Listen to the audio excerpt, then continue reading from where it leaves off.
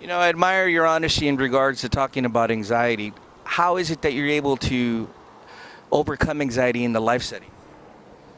I just The bedlam of life, the adrenaline. no, I kind of get my little marijuana thing going on before we play live, and it gets me in the zone where I need to be. And yeah, as soon as I get behind the kit and the intro rolls, then I'm good to go. Yeah. Let's get into it. Lockup. Everybody knows what's going on with that. If you don't, then you need to definitely look into it. New release, new music. When is this coming out? The new album is called Demonization, and it will be out in March through Listenable Records, which is a French label. Did Brujeria and Benighted, some other bands. I'm not quite sure who's handling it in the States right now, but it'll be available in most the usual spots. How would you describe this new album, and how does it differ from the last one?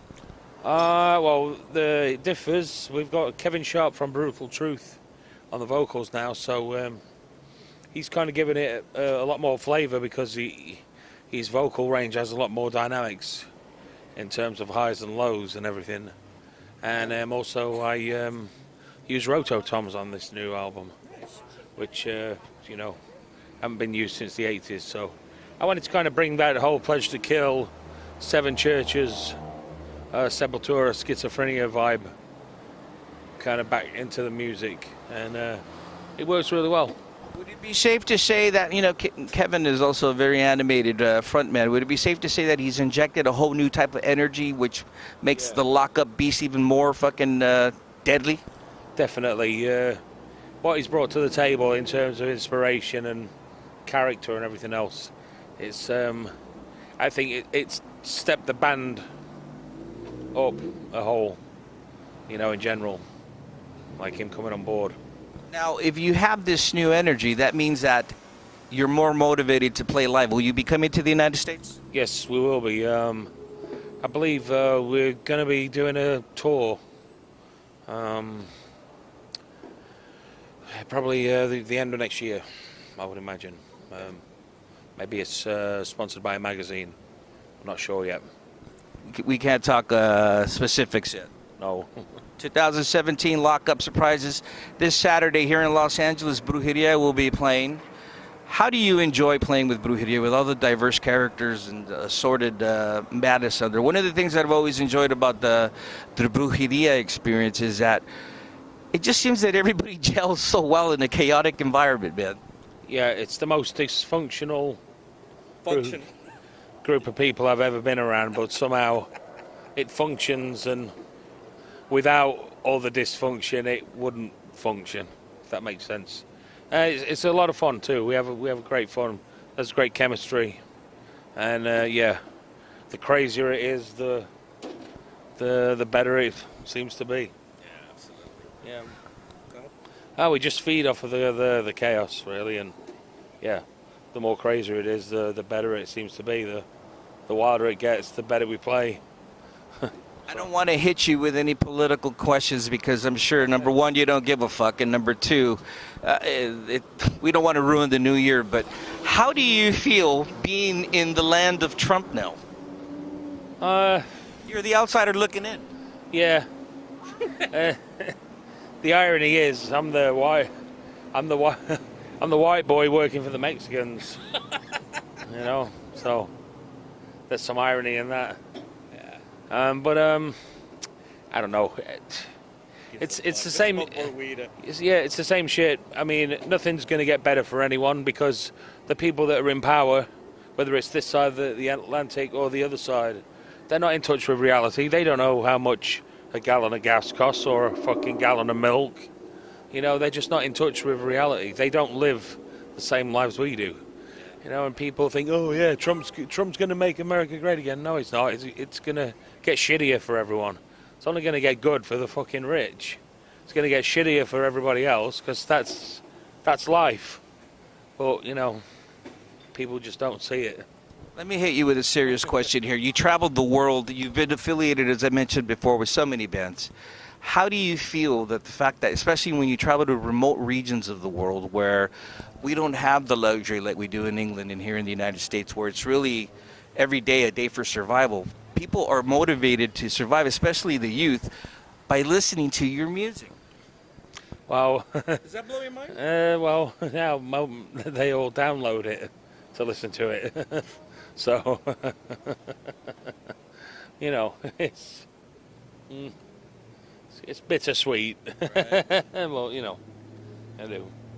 Hey, if it cheers somebody's day up, you know, who works a shitty job or has a shitty life, if my music puts a smile on somebody's face, then that's cool for me. Right, perfectly buy something. All right, here's one final question for you, and this is for all the percussionist guys that are there drum stalkers? Do you get stalked by fucking these drummers? Because yeah, how frightening are these dudes? There's a couple that are kind of weird and creepy. I noticed that when I announced that I was going to speak with you, I was bombarded by a bunch of percussionists, and you know what? No wonder why Neil Peart don't want to talk to nobody. They're fucking nuts. I don't know about putting me in the same context as the professor, but yeah, there's a couple in South America that kind of stalk me on the internet. But there's a couple here in Los Angeles too. Here's the deal. They want to know, what's your favorite gear? What do you prefer using? What do you endorse? I play Sonar drums. I got various Sonar kits over here and back home in England. I use Pasty cymbals. Right now I'm with Brujeria. I'm using the Rude series, playing the Lombardo Ride. That's killer. The 20-inch Novo Rude China. That's awesome. And I use different cymbals for different projects. Like the Rudes for Brujeria, I use a mixture of alphas and Rudes for lockup. For Ancient, I use 2002 series. And I've just recently got the new Roland TM2 trigger module for the kick drums for live. That's working out really good for me right now. And because it's super small and compact, it doesn't take up so much room like the old Alesis, the M5 did. And it runs on AA batteries too, so if you get in a tight spot and you know you're in China or wherever, you can always throw in some AA batteries and it's good to go. So that's a good thing. Now that doesn't mean that if these drummers buy this gear, they're going to sound like you, right? No, probably not. Right. So at the end of the day, it's all about dedication and practice and having it, having it internally, right? Yeah, and you know you got to put the hours into to practice at some point. But you know, don't listen to me because I don't practice anymore. Practice, practice, practice. Here's the deal. One of the things that's always admirable is when a musician does this for the love of it. As Nick mentioned, it's not a lucrative business, especially in this day and age. So make sure you go out and you support musicians like Nick by purchasing their music, and also really paying attention to the dedication and the sincerity when they're playing live. One of the reasons why I always admired you is the fact that, not aside from me not knowing anything about percussion, it's obvious to me through all your diverse projects that you've been in is that you are into music. And when you're into music, whether you're 14, 20, or in our age, it's admirable, because regardless of where we are in this world, in this chaotic bedlam society that we're in, music is what keeps us all together and keeps us sane. Nick Barker, thank you for taking the time to speak with me. Pleasure. We're out.